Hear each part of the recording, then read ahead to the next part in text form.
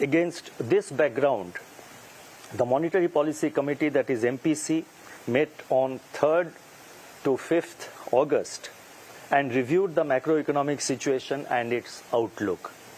The MPC decided unanimously to increase the policy repo rate by 50 basis points, 50 basis points to 5.4% with immediate effect. Consequently, the standing deposit facility, that is SDF rate, stands adjusted to 5.15%, and the marginal standing facility, that is MSF rate, and the bank rate stand revised to 5.65%. The MPC also decided to remain focused on withdrawal of accommodation to ensure that inflation remains within the target going forward while supporting growth. Let me now dwell briefly on the MPC's rationale for its decision on the policy rate and the stance.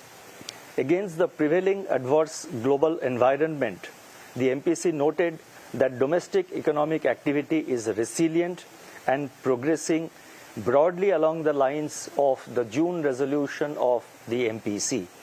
Consumer price inflation has eased from its surge in April but remains uncomfortably high and above the upper threshold of the target, that is 6%. Inflationary pressures are broad-based and core inflation remains at elevated levels.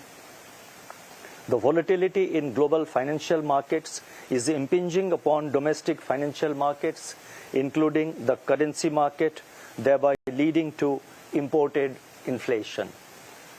While inflation,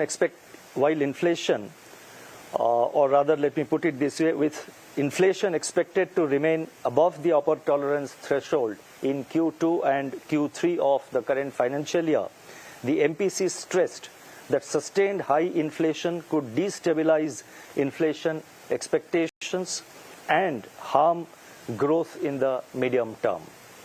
The MPC therefore judged that further calibrated withdrawal of monetary policy accommodation is warranted to keep inflation expectations anchored and contain the second round effects.